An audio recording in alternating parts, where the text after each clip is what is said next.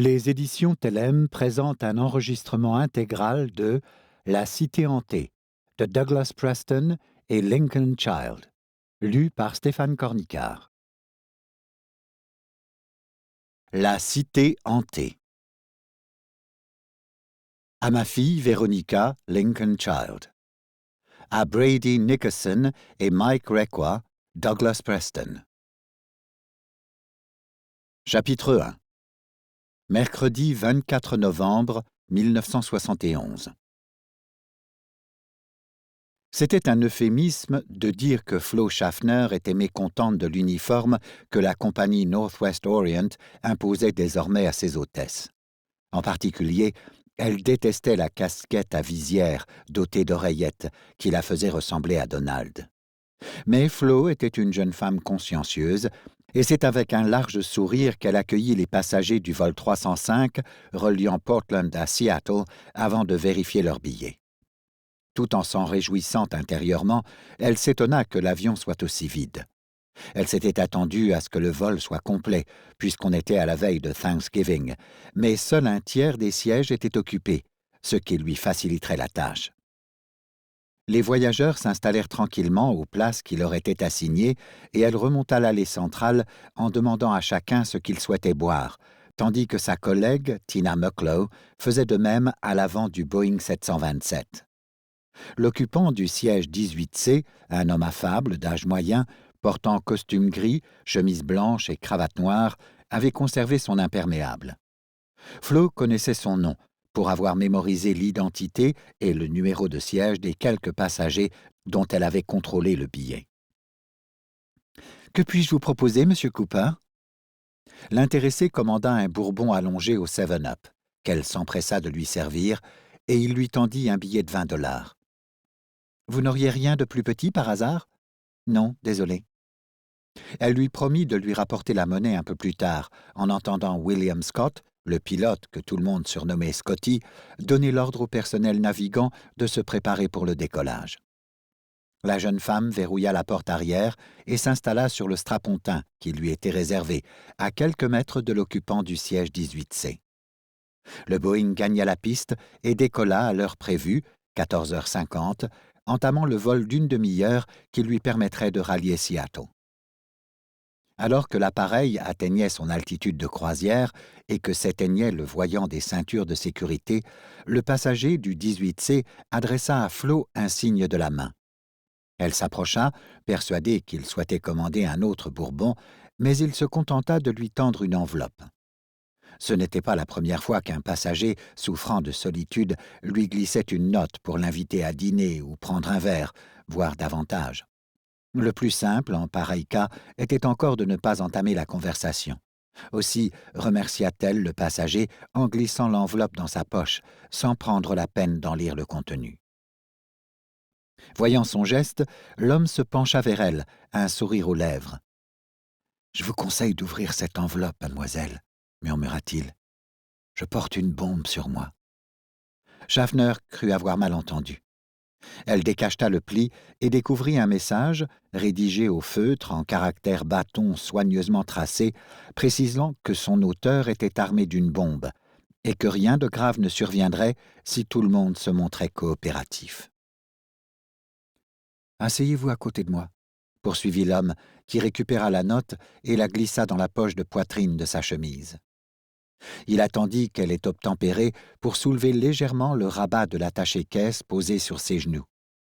Schaffner aperçut un fagot de cylindre rouge relié par des fils à une imposante batterie. L'homme referma l'attaché-caisse et enfila des lunettes noires. « Écrivez ce que je vais vous dicter et transmettez le message au pilote. » Elle sortit un stylo et nota ses instructions. Puis elle se leva, gagna le cockpit, referma la porte derrière elle et expliqua à Scotty qu'un pirate de l'air, armé d'une bombe, se trouvait à bord de l'appareil. Elle lui récita aussitôt la liste des exigences du passager. « Il a vraiment une bombe sur lui ?» s'enquit Scotty. « Oui, je l'ai vue, et elle a l'air d'être vraie. »« Mon Dieu !» soupira le pilote en s'empressant de prendre contact par télétype avec la direction des opérations de vol de Northwest Orient dans le Minnesota. « Pirate de l'air à bord. Point. Volons vers Seattle. Point. Dans notre donnée à l'hôtesse, virgule, exige 200 000 $ dans un sac à dos avant 17 heures, virgule, ainsi que 2 parachutes dorsaux civils et 2 parachutes ventraux. Point. Exige la somme en coupure usagée, virgule, valeur des billets sans importance. Point. Dispose d'une bombe dans un attaché-caisse, virgule, la fera exploser si on tente quoi que ce soit. Point final. Le pirate demandait en outre qu'un camion-citerne attende sur le tarmac à l'aéroport de Seattle-Tacoma afin que l'appareil fasse le plein et redécolle vers une destination spécifiée ultérieurement, exigeant la présence à bord d'un mécanicien navigant. Il ne précisait pas les raisons de cette requête. Chapitre 2. Dans le cockpit du vol 305, Scotty et son copilote, Bill Ratasak, discutèrent de la meilleure façon de gérer la crise. Les passagers ne se doutaient de rien, et Scotty estima que c'était aussi bien. Dans le même temps, la direction des opérations de vol de Northwest Orient prenait contact avec Don Nearup, le président de la compagnie, ainsi qu'avec le FBI. Alors que les responsables du bureau préconisaient de prendre d'assaut l'appareil, Nearup jugea préférable de payer la rançon, d'autant que la compagnie était assurée. Le FBI finit par accepter cette solution, mais réunir la somme demandée prendrait du temps. Pendant que le bureau et Northwest Orient s'employaient à répondre aux exigences du pirate, le 727 avait atteint Tacoma et tournait au-dessus de Seattle. Scotty s'empara de son micro et annonça aux passagers que l'appareil, victime d'une avarie technique sans gravité, ne pourrait atterrir qu'1 heure plus tard. À l'arrière du Boeing, Dan Cooper fumait cigarette sur cigarette. Il en offrit une à Schaffner, qui accepta, dans l'espoir de se calmer les nerfs, alors qu'elle avait renoncé au tabac depuis quelque temps. Le ciel était orageux, et il ne tarda pas à pleuvoir. La compagnie prit contact avec la Seattle National Bank, où elle possédait un compte, et l'établissement accepta de coopérer sans l'ombre d'une hésitation. La banque, anticipant ce genre d'éventualité, disposait d'une réserve constituée de billets de 20 $ déjà microfilmés, leurs numéros soigneusement répertoriés. 10 000 coupures, réunies en liasses de 50, se trouvèrent rapidement réunies dans un sac fermé par une cordelette. Celui-ci, pesant une dizaine de kilos, fut confié au FBI, qui avait dans l'intervalle récupéré 2 parachutes dorsaux et 2 parachutes de secours. Du matériel civil, non militaire, ainsi que l'avait bien précisé Cooper. Pendant ce temps, l'avion continuait de tourner au-dessus de l'aéroport de Seattle-Tacoma. Et tandis que Tina, la seconde hôtesse, s'employait à rassurer les passagers, Dan Cooper expliqua à Schaffner comment allait se dérouler la suite. « Dès que l'appareil aura atterri, vous descendrez récupérer l'argent et vous me l'apporterez. »« Et si jamais le sac est trop lourd pour moi ?» s'inquiéta la jeune femme. « Pas d'inquiétude, vous n'aurez aucun mal. Ensuite, poursuivit-il, vous retournerez chercher les parachutes. » Il tira de sa poche un flacon de comprimé de benzédrine. « Tenez, donnez ça au pilote, ça les empêchera de s'endormir pendant le vol suivant. » Elle lui demanda s'il avait l'intention de se rendre à Cuba, qui était à l'époque la destination de prédilection des pirates de l'air. « Non, ce n'est pas Cuba, » répondit-il, « mais notre destination va vous plaire. » Elle voulut savoir s'il s'était lancé dans une telle opération parce qu'il en voulait à la compagnie. « Je n'ai aucun grief particulier contre Northwest, mademoiselle, » répondit-il, « mais je ne suis pas heureux pour autant. » Au sol, l'aéroport avait été fermé, et tous les départs annulés jusqu'à nouvel ordre. Quant aux vols, prévus à l'arrivée, ils étaient détournés sur d'autres destinations ou mis en attente. Peu avant 17 heures, la tour de contrôle fit savoir à Scotty que l'argent et les parachutes, enfin prêts, attendaient dans un véhicule sur le tarmac. Les pilotes posèrent l'appareil et roulèrent vers une piste à l'écart, ainsi que le voulait le pirate de l'air. La nuit était tombée. Il pleuvait toujours, et des éclairs traversaient le ciel par intermittence.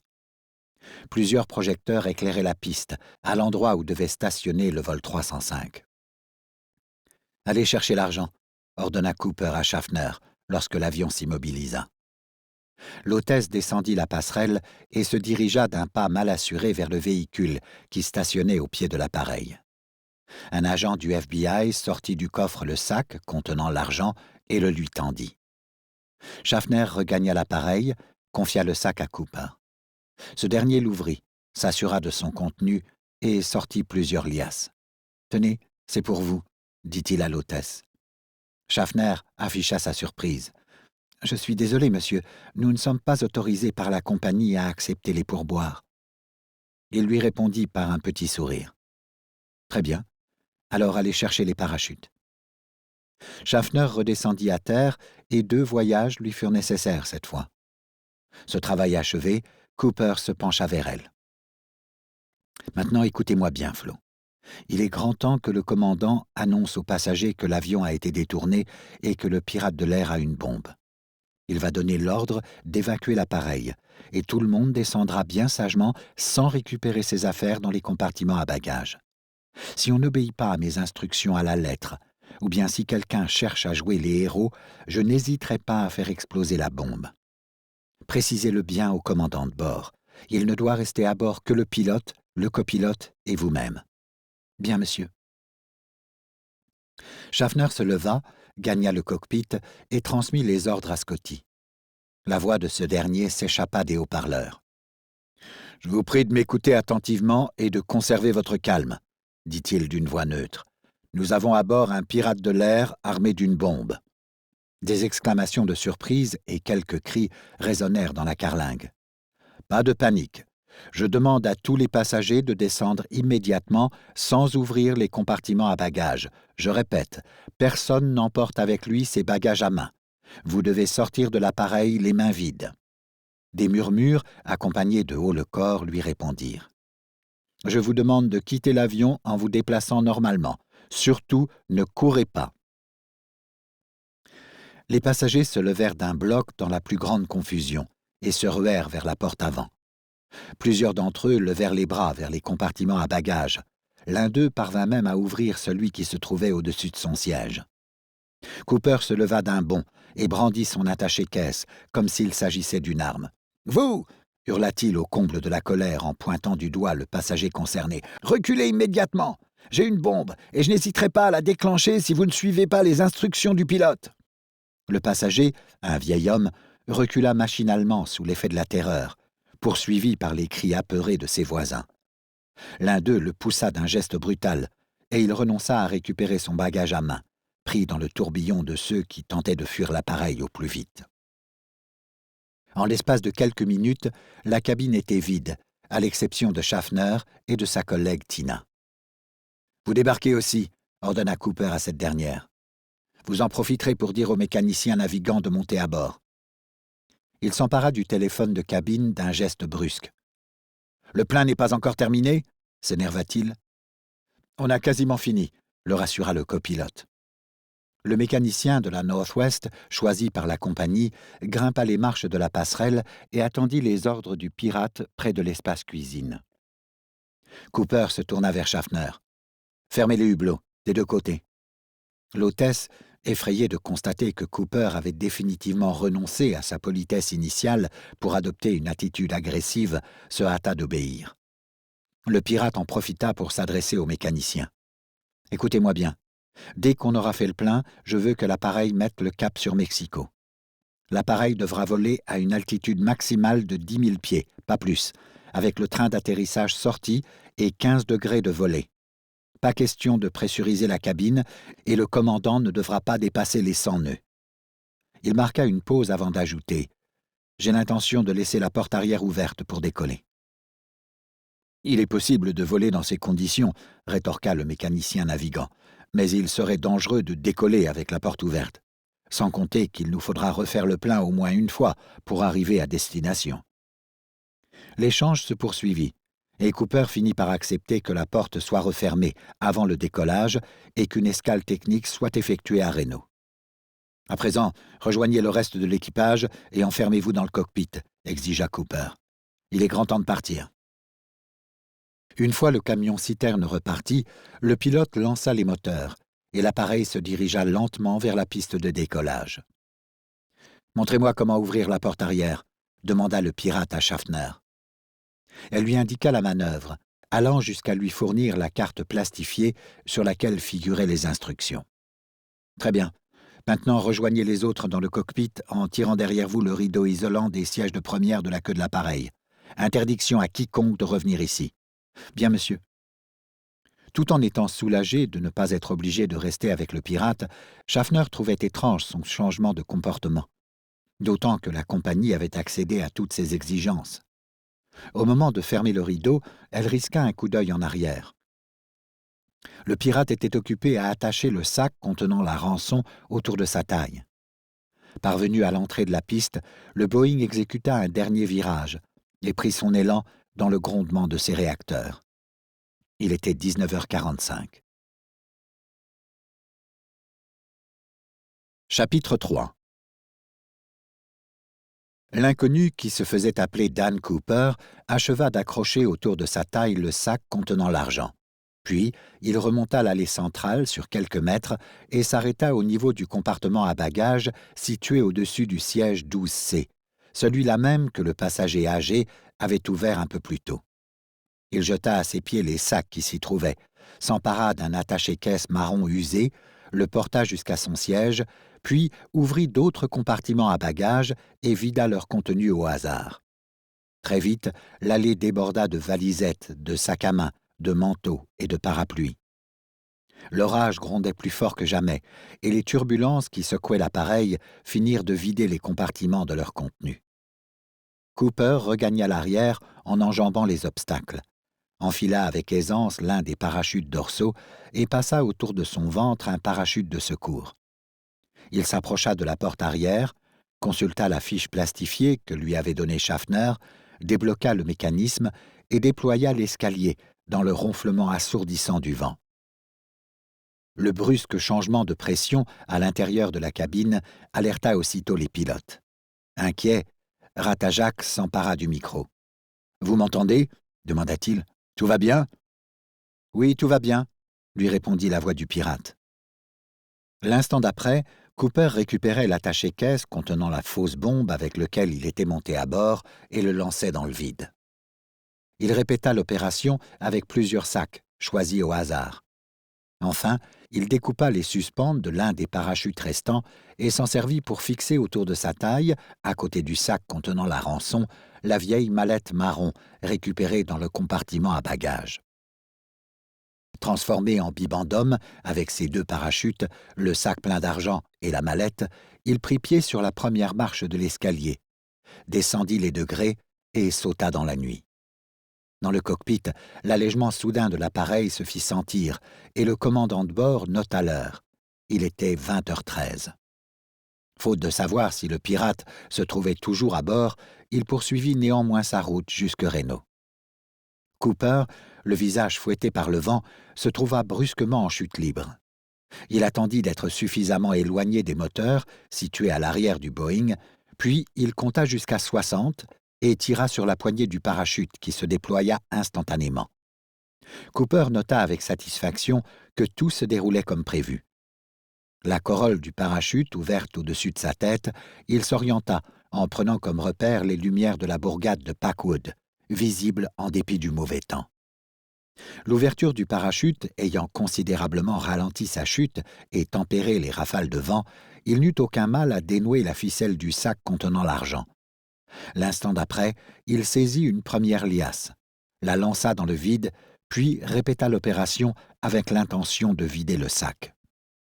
Il sentit soudain une tension anormale au niveau des suspentes. En levant la tête, il s'aperçut que plusieurs liasses, restées coincées sous la toile, tordaient celle-ci, au point d'accélérer dangereusement sa chute. Loin de paniquer, il se débarrassa du parachute en décrochant son harnais au niveau des épaules et déclencha aussitôt le parachute de secours. Il comprit immédiatement que celui-ci ne s'ouvrait pas complètement. Soit il avait été saboté, ce qui était peu probable, soit il était resté trop longtemps plié à l'intérieur de son sac, un incident malheureusement assez commun. Ce constat ne résolvait pas pour autant le problème de Cooper, qui se sentit envahi par la panique. Il tombait comme une pierre dans la nuit et le vent ne tarda pas à arracher le sac contenant l'argent dans un tourbillon de billets de 20 $ transformés en confettis. Malgré tous ses efforts, le parachute de secours refusait de se déployer normalement, et Cooper vit avec terreur s'approcher la forêt sous ses pieds. Il disparut peu après dans la nuit, emporté par les bourrasques rugissantes. Chapitre 4. Aujourd'hui. L'Augusta Westland 109 Grand volait si bas qu'il donnait l'impression de raser la surface azur de l'Atlantique. Il prit de l'altitude à l'approche des îlots rocheux signalant la proximité de la Floride. 3 personnes avaient pris place dans la luxueuse cabine de l'hélicoptère. Un individu vêtu d'une chemise à carreaux et d'un jean déchiré, une jeune femme en jupe plissée et chemisier blanc, le nez chaussé de lunettes de soleil, un chapeau de paille sur les genoux, ainsi qu'un homme d'allure spectrale, habillé d'un costume noir austère, qui regardait le paysage à travers son hublot d'un air songeur. Malgré les vitres teintées, le soleil éblouissant faisait danser une étrange lueur platine dans ses yeux gris-bleu, tout en donnant à sa chevelure d'un blond presque blanc le lustre d'une pelisse de léopard des neiges. L'homme en noir n'était autre que l'inspecteur A.X.L. Pendergast du FBI. En sa compagnie se trouvait sa pupille Constance Green et son collègue Armstrong Coldmoon. Le trio quittait un îlot reculé des côtes de Floride où venait de se conclure une enquête mouvementée. Les 3 occupants de la cabine restaient plongés dans leurs pensées, comme si l'heure était venue de tourner la page. L'hélicoptère vira sur la droite afin d'éviter les hôtels et les immeubles rutilants de Miami Beach, dont les silhouettes d'albâtre dominaient les plages de sable, bordant l'immensité bleue de l'océan. « C'est gentil de la part du pilote de passer par là pour nous offrir un tel spectacle, » remarqua Coldmoon. « On se croirait sur un manège de Disneyland. »« J'avoue mon inculture en matière de parc d'attractions, » réagit Pendergast, dont la voix méliflue était teintée d'un savoureux accent hérité de son enfance à la Nouvelle-Orléans. « Encore faudrait-il que ce changement de cap soit intentionnel, » s'interposa Constance en récupérant l'exemplaire du Clouds Without Water d'Aleister Crowley qui lui avait glissé des mains lorsque l'appareil avait viré de bord. Les turbulences de cet acabit sont souvent les signes avant-coureurs de problèmes de navigation, avant que l'appareil n'entame une chute incontrôlée sous l'effet d'un état d'anneau tourbillonnaire. Un profond silence accueillit cette déclaration, troublé par le hurlement des moteurs.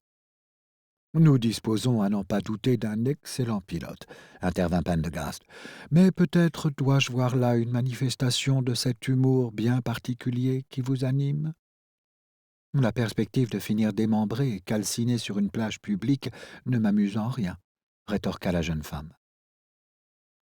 Il était impossible de voir les yeux de Constance derrière l'abri de ses rébanes, mais Coldmoon avait la conviction qu'elle l'observait, afin de savoir comment il réagissait à son explication morbide. Cette femme aussi étrange que belle et érudite, gentiment timbrée, lui donnait la chair de poule. Au cours de la semaine écoulée, elle l'avait tiré des griffes de la mort, après l'avoir menacé de mort. Elle semblait surtout prendre un malin plaisir à lui casser les bonbons. Peut-être était-ce une façon de s'intéresser à sa personne, auquel cas, non merci. Il prit une longue respiration, refusant de s'attarder sur le sujet. Il se trouvait déjà à plusieurs milliers de kilomètres de là, plus précisément à l'antenne de Denver du FBI, où l'attendait son nouveau poste, loin de la moiteur étouffante de la Floride. Il quitta des yeux Constance pour s'intéresser à Pendergast. Encore un qui n'était pas très net. Coldmoon venait de mener 2 enquêtes d'affilée avec son aîné, et le comportement étrange de Pendergast était l'une des raisons pour lesquelles il voulait se rendre au plus vite dans le Colorado.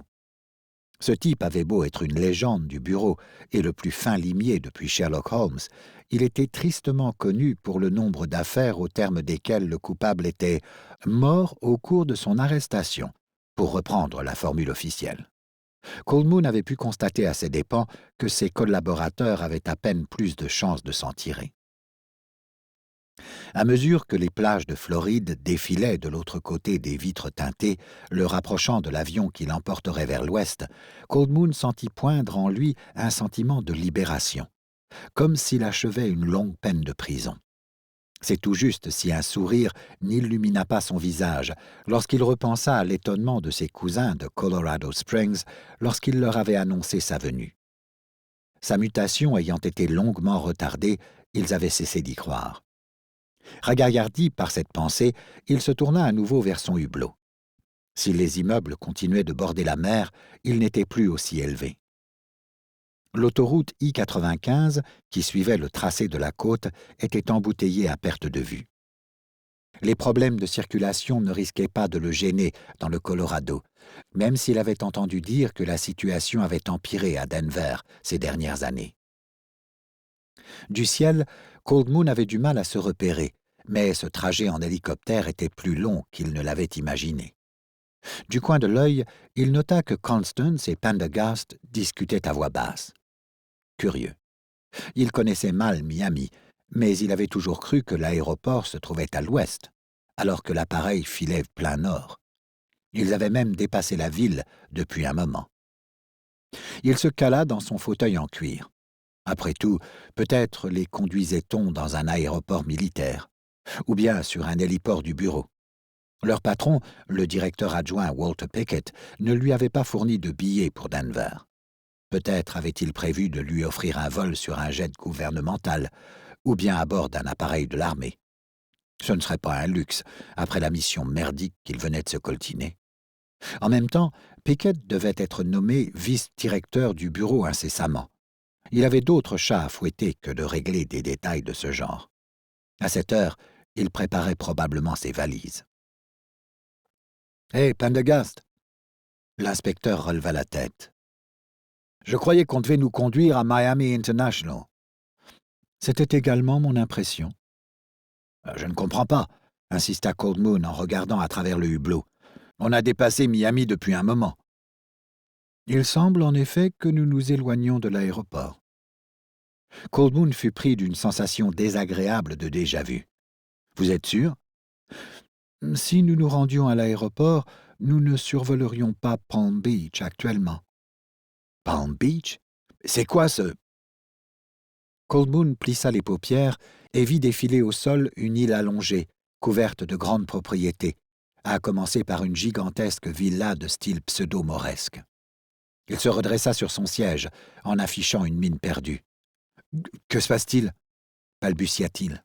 « Je vous avoue que je n'en ai aucune idée, » lui répondit Pendergast. « Le plus simple serait sans doute de poser la question au pilote, » suggéra Constance sans lever la tête de son livre. Cold Moon adressa à ses deux compagnons un regard méfiant. Était-il en train de lui jouer un mauvais tour? Non. Son instinct lui soufflait qu'ils étaient aussi surpris que lui. « Bonne idée, » déclara-t-il en détachant sa ceinture. Il se leva et gagna le cockpit, dont les deux occupants, avec leurs casques et leurs uniformes kaki identiques, ainsi que leur même coupe de cheveux, auraient pu être jumeaux. « Que fait-on » s'enquit-il auprès du pilote, le levier de commande cyclique entre les genoux. « On était censé rallier Miami. »« Ce n'est plus d'actualité, » répondit le pilote. « Comment ça, plus d'actualité ?»« Nous avons reçu l'ordre de modifier notre plan de vol peu après le décollage. Direction Savannah. »« Savannah » lui fit écho Cold Moon. « En Géorgie ? Il doit y avoir erreur. »« Pas la moindre erreur, » se justifia le pilote. « L'ordre nous a été donné par le directeur adjoint Pickett en personne. » Pickett, quel enfoiré! Planté sur le seuil du cockpit, Cold Moon se remémora la conversation qu'ils avaient eue avec le directeur adjoint juste avant de s'envoler. « Je viens d'être informé d'un curieux incident qui s'est déroulé hier soir au nord de Savannah. » À tous les coups, Pickett avait attendu que l'hélicoptère ait pris l'air pour les expédier en Géorgie. Ce salopard ingrat les avait roulés dans la farine. Déjà que Cold Moon s'était laissé tordre le bras pour participer à l'enquête précédente, pas question qu'on lui marche sur les pieds une fois de plus. « Faites demi-tour » ordonna-t-il au pilote.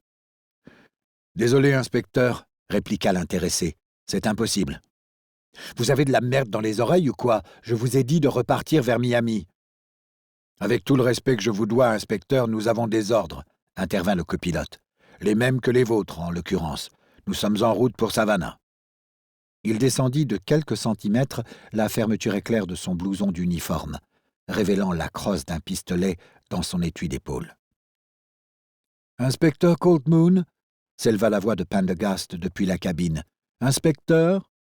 Cold Moon se retourna d'un bloc, légèrement déstabilisé par les mouvements de l'appareil. « Quoi ?» ?»« Il ne fait guère de doute que nous ne pouvons rien à ce qui nous arrive. »« Vous avez pas entendu ce qu'il vient de me dire ?» s'énerva Cold Moon. « On est en route pour Savannah, bon sang, alors que je suis censé prendre un vol à destination. »« J'ai bien entendu, » le coupa Pendergast. « Pour que Pickett nous enlève de la sorte, il se sera produit un événement inattendu. » « Ouais, et il est encore plus à chier depuis qu'on lui a promis du galon. Que fait-on ?»« À ce stade, rien du tout.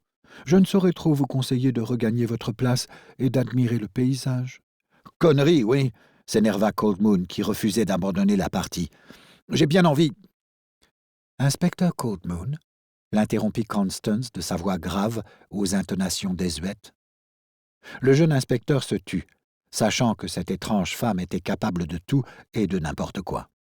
Elle se contenta de lui adresser un regard bienveillant. « Cela vous apaiserait sans doute de réfléchir au curieux paradoxe de la situation dans laquelle nous nous trouvons. »« Que voulez-vous dire ?» gronda Cold Moon. « C'est simple.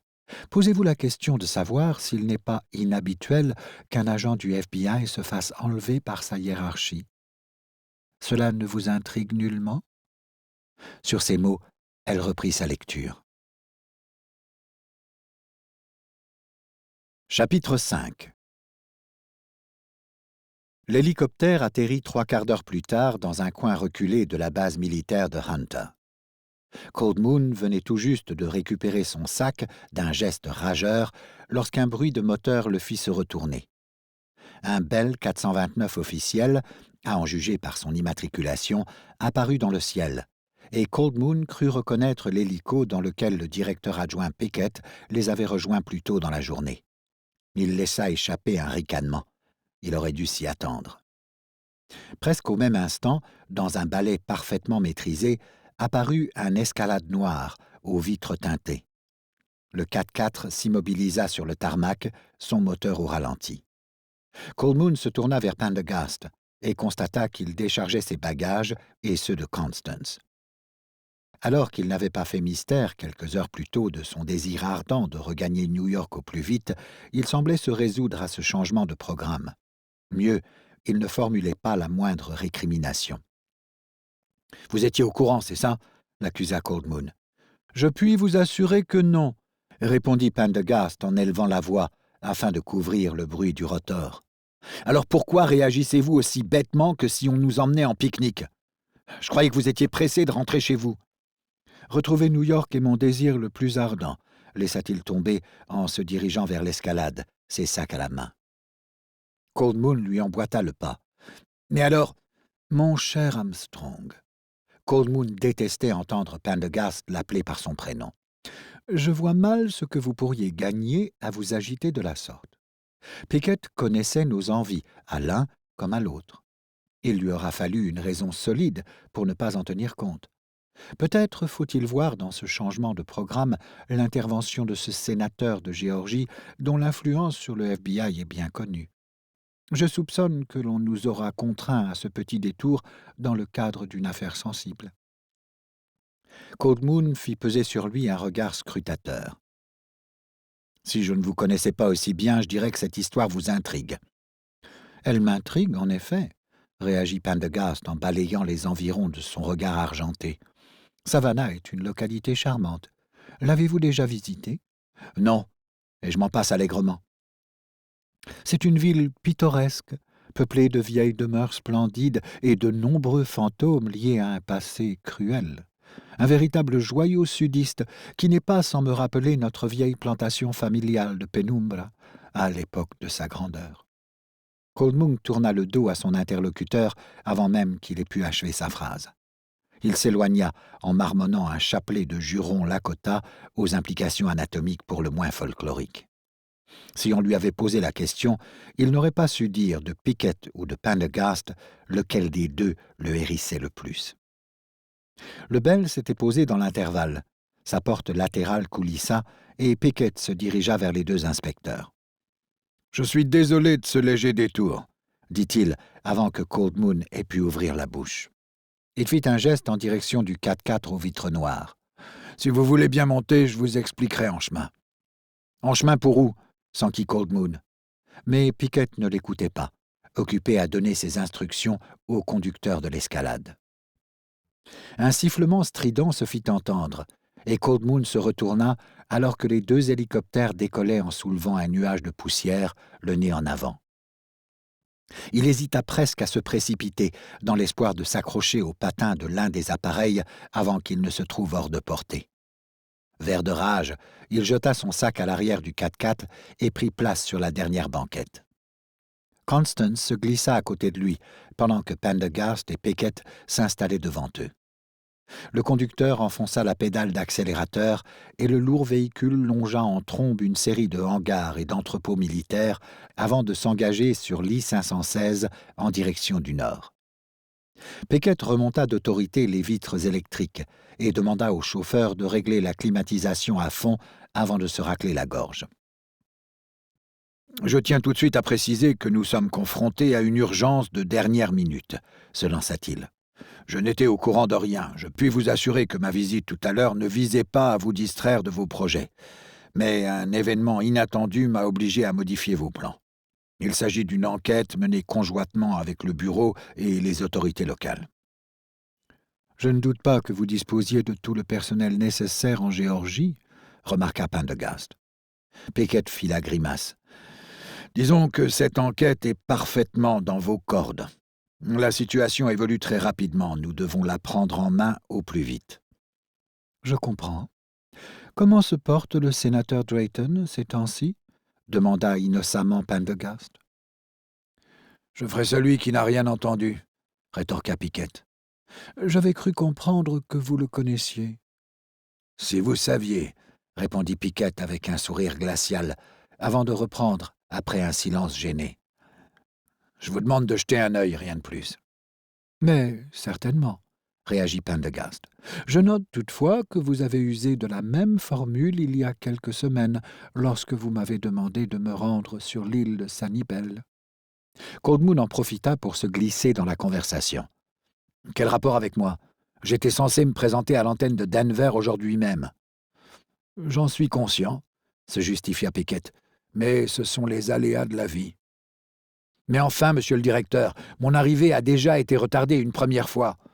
Je comprends que vous souhaitiez consulter Pendergast si vous jugez que cette affaire est dans ses cordes, mais je dois impérativement...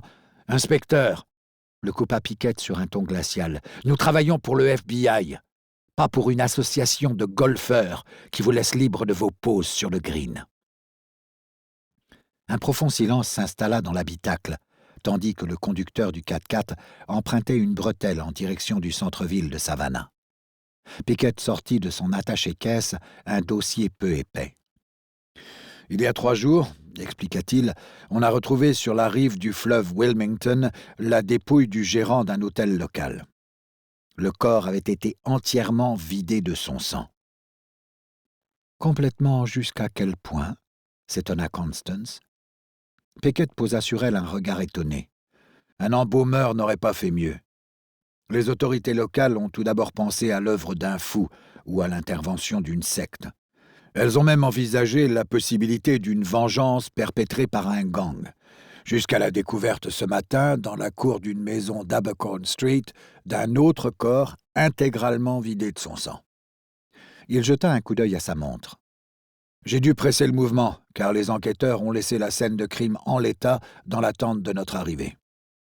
Cold Moon observa discrètement Pendergast. Comme à son habitude, il ne laissait rien paraître. C'est tout juste si une lueur inhabituelle brillait dans ses yeux. L'escalade avait quitté la rocade et roulait à présent sur Gaston Street. Une rue étroite, bordée de maisons aux façades de briques austères. La chaussée était si déformée, Cold Moon aurait pu croire que le 4x4 roulait sur des pavés, à moins qu'il ne s'agisse effectivement de pavés. Il aperçut sur sa droite un parc dont les arbres majestueux dégoulinaient de mousse espagnole, un vrai décor de film d'horreur. Le jeune inspecteur avait appris à détester la Floride, avec sa chaleur humide et ses hordes de touristes, et voilà qu'il découvrait une autre facette de l'atmosphère sudiste. Cette ville aux maisons de guingois et aux arbres tourmentés était tout simplement sinistre. Pourquoi diable Pendergast ne se rebellait-il pas? C'était son rôle, après tout, en tant que responsable du binôme qu'il formait. L'un des dictons Lakota, favoris de son grand-père, lui revint à l'esprit. « Méfie-toi des chiens qui n'aboient pas et des hommes qui ne disent rien. »« Unsimaka, grand-mère terre, donne-moi ta force » murmura-t-il pour se donner du courage, alors que le 4x4 s'enfonçait toujours plus avant dans le cœur de cette ville étrange et maudite. Chapitre 6. L'escalade franchit un barrage de police à l'entrée d'Abercorn Street et s'immobilisa devant une somptueuse demeure de pierre rose dont la porte d'entrée était protégée par un dais à colonnes.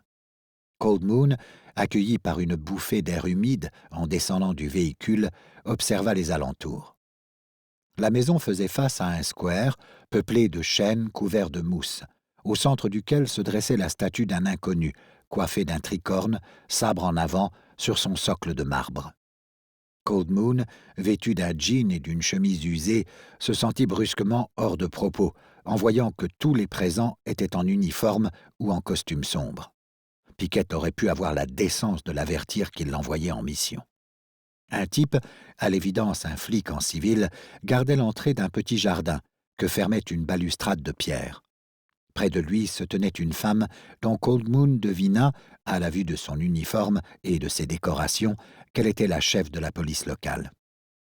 « Je vous présente l'inspecteur Benny Sheldrake de la brigade criminelle de Savannah, » dit Pickett en s'avançant, ainsi que la commissaire Alana de la Plane.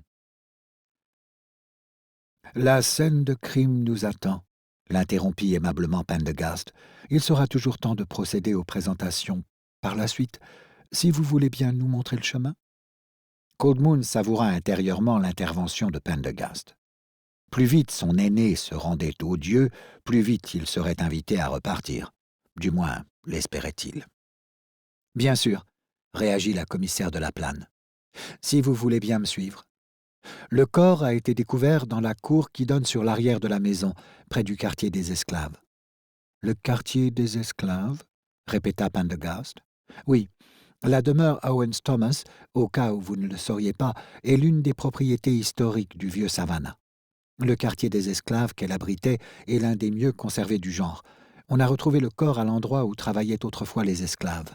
Il nous faut traverser la maison et le jardin pour y accéder. » « Qui a découvert le corps ?» s'enquit Pendergast. « Le directeur du musée, à son arrivée tôt ce matin. Il se trouve actuellement dans la maison. »« J'aimerais le rencontrer lorsque nous aurons terminé ici. » « Très bien. » Ils pénétrèrent dans la maison, traversèrent un vestibule dallé de marbre particulièrement majestueux et remontèrent un couloir rythmé de part et d'autre par des pièces richement meublées, avant de ressortir sur l'arrière en franchissant un portique. Celui-ci dominait un jardin à la symétrie parfaite, au centre duquel s'élevait une fontaine. De la Plane descendit quelques marches, suivi par ses visiteurs, et traversa le jardin d'un pas alerte, au point que Cold Moon peinait à la suivre. La cour voisine s'ouvrait au-delà d'une barrière, et ils découvrirent une bâtisse en briques d'un étage, percée de petites fenêtres. Un jeune homme gisait dans la cour sur le dos, les bras écartés, comme s'il était tombé du ciel. « La police scientifique a terminé son travail, » précisa de la Plane. « La scène de crime vous appartient. »« Je vous remercie infiniment, » déclara Pendergast avec onctuosité en s'approchant du cadavre, les mains dans le dos. Cold Moon hésita à le suivre, avant de juger qu'il était préférable de laisser son collègue prendre ses marques. « Où est donc Pickett ?» demanda-t-il soudain en constatant la disparition du directeur adjoint. « Et Constance ?» Pendergast, absorbé par sa tâche, ne l'entendit même pas. Il tourna autour du corps et l'examina aussi attentivement que s'il était en présence d'un précieux tapis persan. La victime avait une trentaine d'années. Cold Moon n'avait jamais vu quelqu'un d'aussi blême, avec des mains aussi livides. Le contraste avec les cheveux noirs bouclés et les yeux d'un bleu vif du nord tournés vers le ciel était d'autant plus frappant. Pendergast avait le teint rougeau par comparaison. Une expression horrifiée déformait les traits du mort. La jambe droite de son pantalon avait été lacérée, probablement à l'aide d'un couteau ou d'un outil de jardinage, mais pas une goutte de sang ne s'échappait de la plaie. Pendergast se tourna vers la commissaire de la Plane. « Que pouvez-vous me dire à ce stade ? Nous n'avons pas dépassé les constatations préliminaires, mais il semble que le sang de la victime ait été prélevé au niveau de l'artère fémorale, à l'endroit où le pantalon est déchiré. » « Prélevé, dites-vous ? Mais de quelle manière ? Le modus operandi semble être le même que pour la victime précédente. Une aiguille, ou peut-être un trocard, a été introduite au niveau de l'artère fémorale à l'intérieur de la cuisse. Comme c'est curieux. Pendergast, avisant une boîte de gants en nitrile sur une petite table à l'écart, en enfila une paire. Il s'agenouilla près du corps, écarta délicatement la toile déchirée du pantalon et mit au jour un trou parfaitement dessiné au niveau de la partie supérieure de la cuisse. À la petite goutte de sang coagulée sur la peau, au niveau de la perforation, se mêlait une substance jaunâtre poisseuse. Des traces de la même substance maculaient la chaussure droite du défunt. Cold Moon se demanda s'il pouvait s'agir de morve séchée. Une éprouvette munie d'un découvillon apparut comme par miracle dans la main de Pendergast. En quelques gestes rapides, il préleva un échantillon, puis répéta l'opération avec d'autres éprouvettes qui disparurent l'une après l'autre dans les poches de son costume noir. L'heure du décès ? Vers 3 heures du matin, à 2 heures près, si l'on se fie à la température du corps au moment de sa découverte, répondit de la Plane. Déterminer l'heure exacte se trouve compliqué par l'absence de sang. Qu'en est-il de cette substance proche du mucus au niveau de la plaie et de la chaussure ? Les résultats des échantillons prélevés par les techniciens ne nous sont pas encore parvenus. Sheldrake prit la parole pour la première fois. Les équipes scientifiques du FBI ont également prélevé de nombreux échantillons afin de les envoyer dans leur laboratoire d'Atlanta. Excellent, approuva Pendergast. Il reprit son examen du corps dans le silence retrouvé, s'attardant sur les yeux, les oreilles, la langue, le cou, les cheveux et les chaussures du mort, s'aidant parfois d'une petite loupe. Il se concentra longuement sur la nuque. On a découvert des contusions au niveau de la cuisse, du torse et de l'abdomen de la première victime, tout comme ici, expliqua de la Plane. La lutte n'aura pas duré longtemps, dit Pendergast en se relevant. Avez-vous pu suivre les mouvements de l'assassin à son arrivée comme après son acte ? Curieusement, non. L'endroit est étroitement surveillé, puisqu'il dispose de caméras aux 3 points d'entrée possibles, mais rien n'apparaît sur les vidéos concernées. Celles-ci n'ont pas non plus été effacées. C'est tout juste si l'on note des bruits inhabituels sur les images filmées par 2 des caméras vers 3 heures du matin. Des bruits de quelle nature ? Difficile à dire. On dirait des grognements de chiens, ou bien des reniflements, suivis d'un bruit sec. Je vous ferai parvenir une copie de l'enregistrement. Je vous remercie, commissaire. Pendergast se tourna vers Cold Moon. Venez voir. Alors que Cold Moon s'approchait, son aîné tourna légèrement la tête de la victime raidie par la mort. Cold Moon enfila une paire de gants et s'agenouilla à son tour. Je vous invite à tâter l'arrière du crâne. Cold Moon s'exécuta et sentit une bosse. Pendergast écarta les cheveux, faisant apparaître ce qui ressemblait à une écorchure. On dirait qu'il a reçu un coup à la tête au moment de sa mort, estima Cold Moon. Précisément. Ce détail, au même titre que plusieurs autres, devra être examiné de près lors de l'autopsie. Cold Moon ne crut pas utile de demander à son collègue à quels autres détails il faisait allusion. « La victime a-t-elle été identifiée ?» demanda Pendergast. « Oui, il avait son portefeuille sur lui. Il s'agit de l'un de ces types qui proposent aux touristes des visites à vélo. Dans ce cas, où se trouve sa bicyclette ? Nous l'avons retrouvée au coin d'Abercorn Street et d'East Macon. C'est loin, me semble-t-il. Une bonne dizaine de rues d'ici. Où résidait-il ? Sur Liberty, pas très loin de l'endroit où a été retrouvé son vélo. Il est probable qu'il rentrait chez lui lorsque quelqu'un l'a accosté. Pendergast se débarrassa de ses gants dans une poubelle voisine, aussitôt imité par Cold Moon. « Je vous propose de poursuivre cette conversation à l'intérieur, » suggéra Pendergast. « Bien sûr, » acquiesça Delaplane en ouvrant le chemin. Chapitre 7. La commissaire Delaplane invita les deux policiers à la suivre dans la fraîcheur de la vieille demeure, et Pendergast se dirigea de lui-même vers un élégant salon, où il s'installa d'autorité sur un confortable fauteuil doré avec l'aisance de quelqu'un qui se sent chez lui. « Mon collègue et moi-même sommes partis tôt ce matin. Croyez-vous qu'il soit possible d'avoir une tasse de thé ?» demanda-t-il en jetant négligemment une jambe par-dessus l'autre avant d'examiner avec intérêt le décor de la pièce. « Je ne sais pas, » répondit Delaplane. « Cette maison est un musée. » Ils virent s'avancer un homme maigre au visage grave qui se tenait silencieusement dans un coin de la pièce. « Il me semble que je peux arranger ça. »« Magnifique, » le remercia Pendergast. « Armand Cobb, directeur du musée Owen Thomas, » se présenta le nouveau venu. « Au cas où vous ne le sauriez pas, le musée en question est abrité dans cette demeure. » Pendergast hocha mollement la tête. « Excusez-moi de ne pas me lever afin de vous saluer dignement, mais je saurais puiser d'une enquête en Floride à laquelle je viens de mettre un point final. » Le directeur recula de quelques pas et Pendergast se tourna vers Delaplane. « Enchanté de vous connaître, Madame la commissaire, et merci de votre coopération. »« Avec plaisir, » répondit Delaplane. « Je vous présente le sergent Benny Sheldrake, chargé de l'enquête. » L'intéressé s'avança et Pendergast lui serra la main. « Comment allez-vous » Un nouvel arrivant sortit de la pénombre. « Gordon Karachi, chargé de liaison du FBI, » se présenta-t-il. « Je viens d'envoyer les échantillons dans nos laboratoires d'Atlanta. »« Ravi de vous rencontrer, » réagit Pendergast. Cold Moon n'en revenait pas de la façon dont se déroulait la scène. Assis sur son trône, tel un pacha, Pendergast donnait l'impression de recevoir les hommages de ses vassaux. « À présent, Monsieur Cobb, » reprit Pendergast, « mais peut-être me trompais-je. Sans doute devrais-je vous appeler professeur ?»« En effet, » dit avec raideur le directeur du musée. « J'ai cru comprendre que c'est vous qui aviez découvert le corps, professeur Cobb. »« Absolument. » « Il ne se trouvait pourtant pas sur le chemin conduisant à votre bureau, me semble-t-il. Comment est-ce arrivé ?»« J'ai coutume d'arriver tôt le matin avant l'ouverture des portes du musée.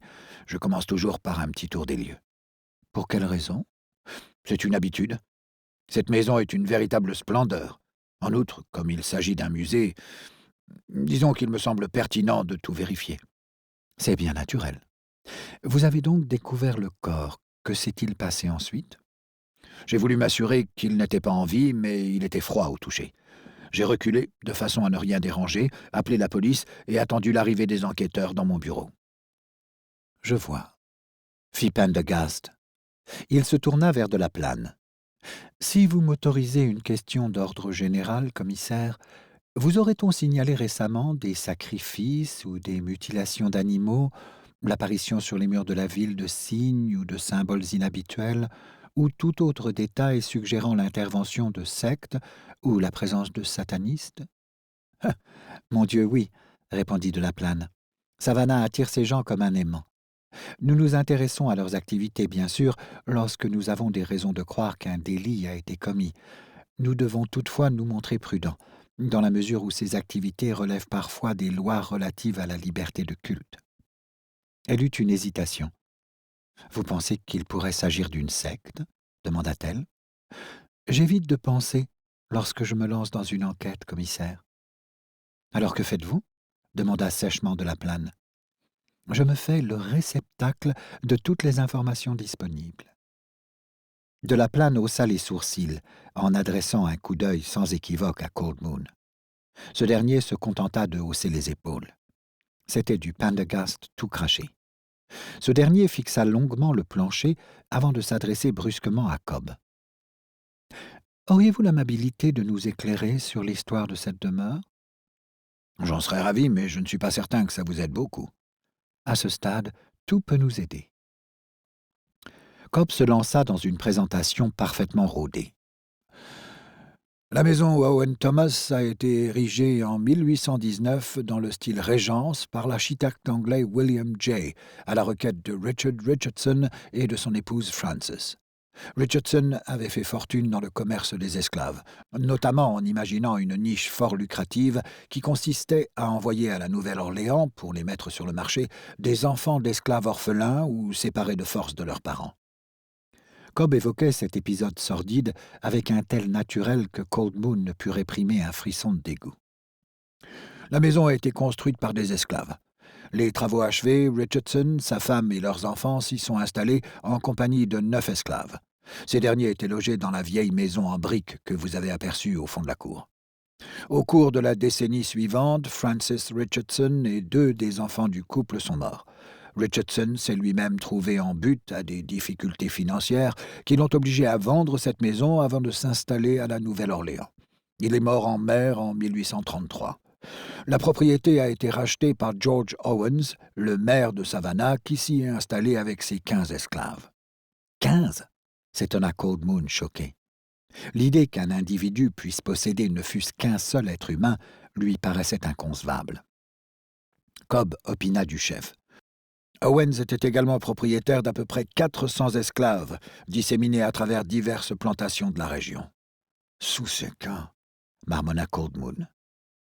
L'étoile de la famille Owens a commencé à décliner au sortir de la guerre de sécession, mais leurs héritiers ont toutefois réussi à conserver cette maison jusqu'en 1951, lorsque l'ultime descendant est mort sans héritier. La propriété est alors tombée dans l'escarcelle de l'Académie des arts et des sciences Telfair, qui en a fait le musée que vous voyez aujourd'hui. Cette maison est actuellement l'un des lieux touristiques les plus fréquentés de Savannah. Pendant l'exposé du maître des lieux, on avait apporté aux visiteurs du thé, accompagné de biscuits d'apparence insipide. Pendergast porta à ses lèvres la tasse qu'on venait de lui servir. « J'aimerais en savoir davantage sur le quartier des esclaves de cette maison. » Volontiers. Le bâtiment, organisé sur 2 étages, abrite 6 pièces, dans lesquelles vivaient tous les esclaves. Ces chambres sont restées aussi sommaires qu'elles l'étaient à l'époque.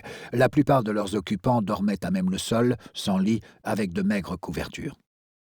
Au moment de l'abolition de la servitude, la plupart des esclaves sont devenus de simples domestiques. Ils ont continué de vivre là tout en accomplissant les mêmes tâches. À mesure que les Owens traversaient des heures sombres, ils se sont séparés de leurs domestiques, mais le quartier des esclaves est resté intact jusqu'à ce que la propriété soit transformée en musée. « Je vous remercie de cette présentation fort instructive, » réagit Pendergast. « Si je comprends bien, professeur Cobb, toute la beauté et toute la richesse qui nous entoure, toute cette érudition et toute cette élégance, ces verres en cristal et ces couverts en argent, ces tapis et ces tableaux, cette maison tout entière et son contenu sont l'expression physique du mal à l'état pur, non ?» La question fut accueillie par un silence choqué, que Cobb finit par rompre. « C'est une façon d'envisager les choses, je suppose. » « Je ne vois personnellement aucune place à la moindre supposition, » rétorqua Pendergast. Dans le silence gêné qui suivit, Pendergast plissa les paupières et mit ses mains en pointe. « Il est étrange, ne trouvez-vous pas, dit-il avec langueur, qu'un crime aussi étrange ait été commis dans un tel lieu. » Sur ces mots, il vida sa tasse et la remplit aussitôt.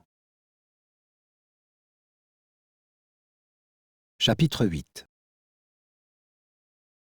L'hôtel Chandler House ouvrait ses portes face à Chatham Square, dans le centre historique de la ville. Sa façade en briques était ornée de balcons ouvragés, posés sur des colonnes décoratives, courant sur toute la longueur du bâtiment. Cold Moon, résistant au charme du lieu, estima que la vieille bâtisse avait tout d'un bordel sudiste géant. « Quelle chance que Constance ait pu nous trouver des suites ici !» s'enthousiasma Pendergast. À leur sortie du musée Owens Thomas, il avait disparu pendant plusieurs heures avant de retrouver Cold Moon à l'hôtel. Ce dernier savait d'avance qu'il ne servirait à rien de lui demander à quoi il avait occupé son temps. Confortablement installés dans le salon lourdement décoré de l'établissement, les 2 hommes buvaient des mint juleps. La pièce, de couleur jaune canari, débordait de bibelots historiques. Des coupes et des soupières en argent, des photographies, des drapeaux aux couleurs passées, des bustes de marbre, des pendules, des cadres contenant des documents anciens et d'autres souvenirs d'origine obscure présentés dans des vitrines, comme sur le manteau de la cheminée, ou encore dissimulés au fond d'alcôves mal éclairées. « Ouais, une vraie chance », répondit Cold Moon d'une voix morne. En fait, de suite, la sienne était éloignée de celle de Pendergast et Constance, qui communiquaient entre elles. Il s'interrogea une fois de plus sur la nature exacte de la relation de son collègue et de celle qu'il nommait sa pupille. Une appellation commode, probablement. On lui avait servi un julep d'autorité avant qu'il puisse passer commande de quoi que ce soit. Plus il y goûtait, moins il trouvait à son goût ce cocktail de bourbon parfumé à la menthe. S'il avait osé, il l'aurait volontiers échangé contre une bière bien fraîche. « Ce julep est-il assez fort à votre goût » l'interrogea Pendergast. « Pour être fort, il est fort », acquiesça Cold Moon. Pendergast balaya la pièce des yeux. Cet hôtel est l'un des bâtiments les plus remarquables de la partie historique de Savannah, ce qui n'est pas une gageure, sachant qu'une petite moitié des maisons de la ville font partie de son patrimoine architectural. Il s'exprimait de façon légèrement pontifiante, et Cold Moon ne l'avait jamais vu mieux dans son élément qu'au cœur de ce bastion du vieux Sud. L'expression « comme un porc dans une flaque de merde » lui vint spontanément à l'esprit. La population de Savannah a doublé à l'époque du boom ferroviaire du milieu du XIXe siècle, poursuivit Pendergast, et des immeubles de toutes sortes ont poussé comme des champignons.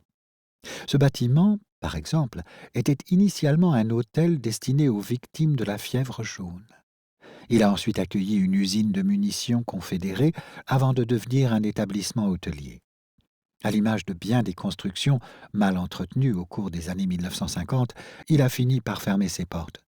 Fort heureusement, il a trouvé par la suite son ange gardien en la présence d'une femme qui en a financé la restauration et lui a rendu son charme antique. Cold Moon fit une ultime tentative avant de déposer son verre. Une femme ? Quant à utiliser le mot « charme » en évoquant un hôpital spécialisé dans la fièvre jaune, c'était du Pendergast tout craché. À l'inverse, pour être antique, cet hôtel l'était bel et bien. Il avait été restauré avec soin, c'est vrai, tout était impeccable, pas un grain de poussière en vue, mais les lames de parquet étaient inégales et grinçaient à chaque pas. On aurait pu croire que le bâtiment tout entier gémissait. L'hôtel accueillait des escaliers dans tous les coins, sans parler de ses couloirs biscornus. Et puis sa chambre était grande, avec son lit à l'ancienne et ses coussins à franges, mais elle ne disposait ni de télé ni d'Internet. Cold Moon n'avait jamais vu une salle de bain pareille, avec son énorme baignoire en porcelaine et son chiotte en marbre équipé d'un rabat en bois. Sans oublier les petits flacons de shampoing, de savon et de lait pour le corps. Un hôpital pour les victimes de la fièvre jaune. Putain, c'était le bouquet. À l'heure qu'il était, Cold Moon aurait volontiers troqué ce vieux machin contre un Hampton Inn doté de tout le confort moderne. De toute façon, il avait eu assez de cours d'histoire pour la journée. Le mieux était de brancher Pendergast sur un autre sujet de conversation. « Où est Constance ? Elle a disparu à peu près en même temps que Pickett quand on est arrivé sur la scène de crime. » Les lèvres de Pendergast dessinèrent un bref sourire. Il ne s'agit nullement d'une coïncidence. Connaissant les goûts de Pickett en matière d'hôtellerie, elle a souhaité l'accompagner afin de s'assurer que nous serions logés confortablement. Ce n'est pas moi qui le regretterais. Il s'apprêtait à prendre des chambres dans l'une de ces horribles chaînes hôtelières en périphérie de la ville. Cold Moon poussa un soupir. « Vous voulez dire que Pickett nous a quittés uniquement pour retenir des chambres alors qu'on visitait la scène de crime ? Il commence par nous attirer dans ce repère de confédérés, puis il disparaît. Il a une façon bien à lui de refiler aux autres le mistigris. » Pendergast vida son verre avant de le reposer. Oh, j'ai jugé que c'était plutôt aimable de sa part. Cold Moon releva la tête. « Aimable ? Je vous rappelle que ce type nous a kidnappés, qui m'empêche de rejoindre le poste qui m'attend depuis plusieurs semaines et nous abandonne dans ce trou à rats en nous confiant cette foutue enquête Chesley. » Sans pratiquer le Lakota, je n'ai guère d'hésitation sur la signification de ce mot, à en juger par votre hargne. J'ai eu l'occasion de vous observer depuis quelques heures. Étant votre coéquipier, je vous ferai volontiers une suggestion, si vous m'y autorisez. Malgré sa colère, Cold Moon remarqua que Pendergast avait parlé de coéquipier et non de chef d'équipe. Si c'était sa façon de lui donner un os à ronger, non merci. Avec son teint pâle, ses cheveux pâles, ses yeux pâles et son petit air satisfait, Pendergast lui courait sur le haricot. D'un autre côté, ses conseils étaient si rares que l'instinct lui dicta de se taire. Je ne suis pas davantage que vous au courant des raisons pour lesquelles on nous a confié cette enquête. Le sénateur Drayton a le bras long. Peut-être est-ce en partie grâce à son soutien que notre ami Pickett a obtenu une promotion qui lui tenait tant à cœur. Toujours est-il que Pickett n'aime pas cette affaire plus que vous. Il n'a clairement pas l'intention de s'en attribuer le mérite le jour où elle sera résolue. « Qu'en savez-vous » demanda Cold Moon sur un ton méfiant. « Je l'ai compris à la façon dont il nous a laissés entre les mains de la commissaire de la Plaine. Il n'a pas souhaité examiner les lieux ou interroger les premiers témoins. Son absence ne tenait pas au hasard. Croyez-vous qu'un personnage de son importance prendrait le temps de nous dénicher un logement s'il souhaitait s'impliquer dans une enquête sensible aux yeux d'un sénateur des États-Unis? Que voulez-vous dire? Qu'il veille sur nous? Je veux dire qu'il est parfaitement conscient de nous avoir tordu le bras, et que c'est un moyen pour lui de nous signifier qu'il nous laisse enquêter à notre guise. C'est bien la première fois. Pendergast se frotta les mains comme s'il se félicitait d'avance d'une telle liberté de mouvement. Puis il se pencha vers son interlocuteur en baissant la voix. Quant à l'antenne de Denver, à laquelle je ne souhaite rien de bon, elle vous accueillera à bras ouverts le moment venu. Il se cala dans son fauteuil et poursuivit d'une voix normale. Quoi qu'il en soit, nous nous trouvons dans un lieu chargé d'histoire. J'ai pris le temps d'une petite promenade à travers les venelles pittoresques de cette charmante cité. C'est donc pour ça que vous aviez disparu. Vous jouiez les touristes. Pas le moins du monde. Je prenais en filature l'excellent professeur Cobb. Le conservateur du musée? Pourquoi? Mon petit doigt me disait qu'à la suite de notre conversation, il serait tenté de rendre visite à quelqu'un, de façon précipitée. Je ne m'étais pas trompé. Il a rapidement quitté le musée afin de se rendre au domicile d'une riche veuve connue sous le nom de Lyda May Culpeper. Le temps a privé cette dernière de la grande beauté dont elle jouissait autrefois, en dépit d'efforts chirurgicaux héroïques, mais elle a conservé de ce passé grandiose or, diamant et saphir. Cold Moon peinait à comprendre où souhaitait en venir son collègue.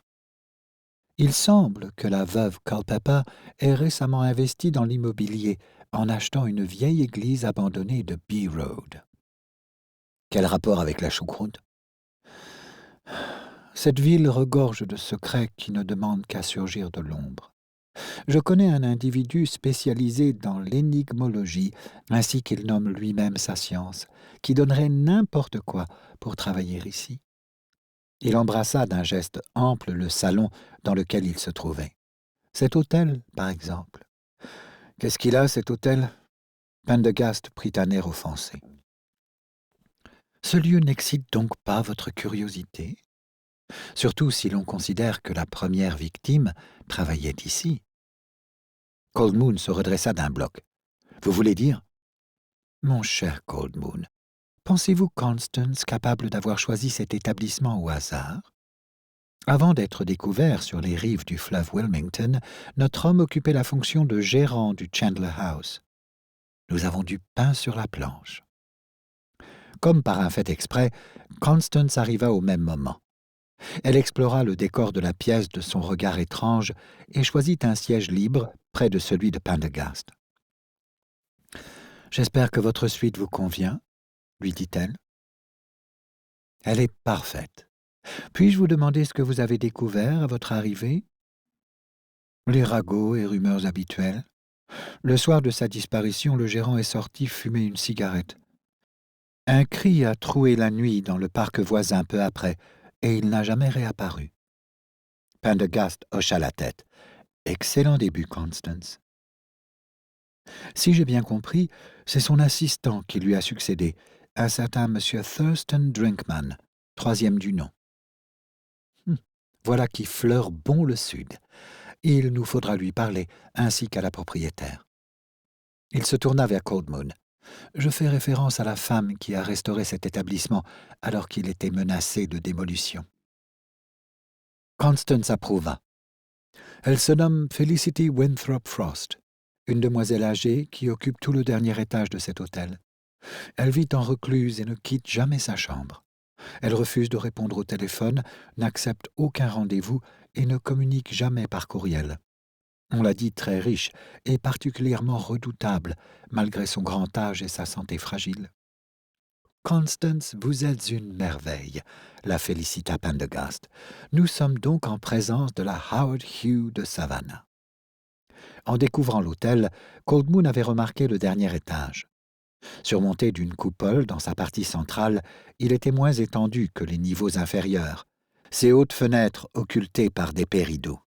« Qu'avez-vous pu glaner d'autre » s'enquit Pendergast. « Notre ami Armstrong semble convaincu que cette enquête est indigne de notre talent. » Constance arrêta son regard sur le jeune inspecteur. « Indigne ? Je crois savoir que la cosmogonie Lakota englobe un véritable panthéon de divinités, non ? Han, l'esprit des ténèbres, Iktomi, le dieu araignée qui a donné la parole aux hommes, Tatankan Gnyaskan, le bison fou dont l'esprit malveillant pousse ceux qui s'aiment au meurtre et au suicide. » Elle haussa les sourcils, quêtant l'approbation de Coldmoon, mais ce dernier était muet de saisissement. « Il me semble, poursuivit-elle, qu'un individu aussi sensible que vous aux esprits devrait s'émerveiller de découvrir en Savannah la ville la plus hantée d'Amérique. » Chapitre 9. Wendy Gannon s'efforça de rester sourde aux éclats de voix de Betts qui se répercutaient sur les murs du couloir menant à la salle de montage. Elle poursuivit son inventaire du matériel d'éclairage et dressa la liste des équipements dont elle aurait besoin pendant que Betts visionnait les rushs du jour en multipliant les soupirs d'agacement et les cris d'orfraie. Directrice de la photo, Gannon avait cru dans un premier temps que Betts n'aimait pas son travail, avant de comprendre qu'il s'agissait en réalité d'une posture. Barclay Betts faisait son cinéma en permanence, même quand aucune caméra n'était braquée sur lui. L'équipe était arrivée à Savannah quelques jours plus tôt, avec l'intention de tourner l'un des épisodes d'une nouvelle mini-série documentaire Netflix provisoirement intitulée « Les villes les plus hantées d'Amérique ». Elle avait rejoint l'équipe en jugeant l'idée attrayante, heureuse de s'intéresser à une cité qu'elle avait toujours rêvé de visiter. Betts avait mauvaise réputation dans le métier, mais c'était le cas d'une majorité de réalisateurs, et Gannon s'enorgueillissait de s'entendre avec tout le monde, ou presque. La ville ne l'avait pas déçu. Nous espérons que vous avez apprécié cet aperçu. Pour continuer à écouter ce livre audio sur Google Play Livres, utilisez le lien dans la description de la vidéo.